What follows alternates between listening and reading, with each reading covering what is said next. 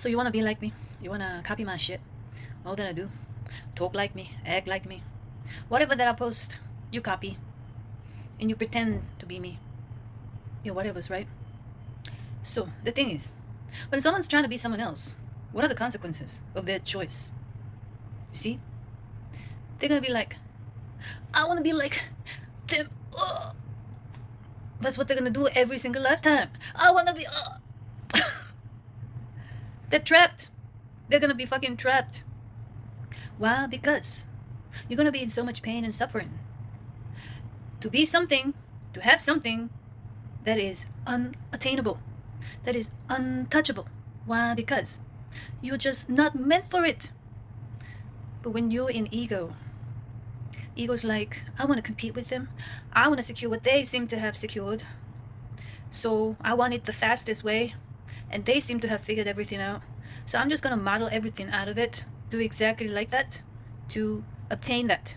You know, that's the ego. And in the meanwhile, you're going to suffer the hell out, because you're going to be triggered left and right with your inner demons by someone's originality, by someone's authenticity. And you're not going to invest your time and energy mastering yourself. You know what I mean? The authenticity, originality, they do not just come from being creative. It's an all lot of self-mastery, inner work, so-called healing, empowerment, self-love, and all this shit, everything interconnected. You see, I used to study all these artists, especially a lot of the so-called impressionist artists that I loved, like Monet, Picasso. They influenced the later contemporary art. They were called like the modern art.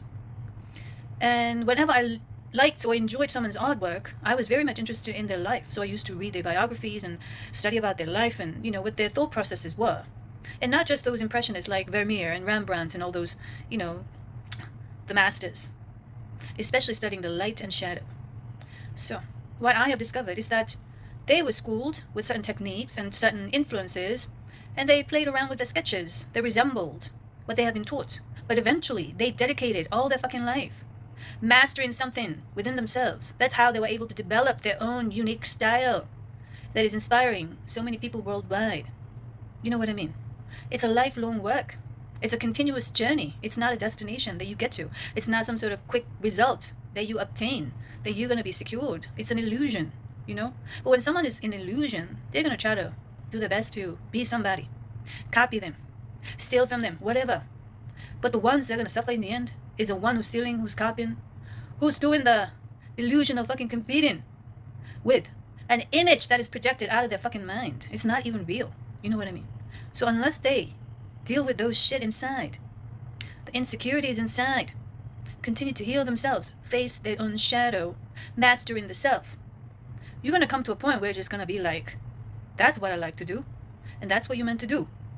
And it's going to be one of a fucking kind. But not many ones to invest their time and energy into self-mastery. They would rather go for the quick outcome. Why? Because they're sitting in their ego. And in order to be original, authentic, it's not just creativity, I'm telling you. It's about fucking opening up your heart, your higher heart, your cosmic heart. It's all interconnected. So, I'm saying it's a journey. It's not an outcome one should chase. And if someone still chooses to do that, well, it's part of the fucking journey. They gotta go through the shit. They're triggered with insecurities, consciously, subconsciously, unconsciously, all the time, whenever they encounter someone who seems like they're being themselves. And they're in delusional competition with the image that they are creating out of their own triggers. So now they're gonna what?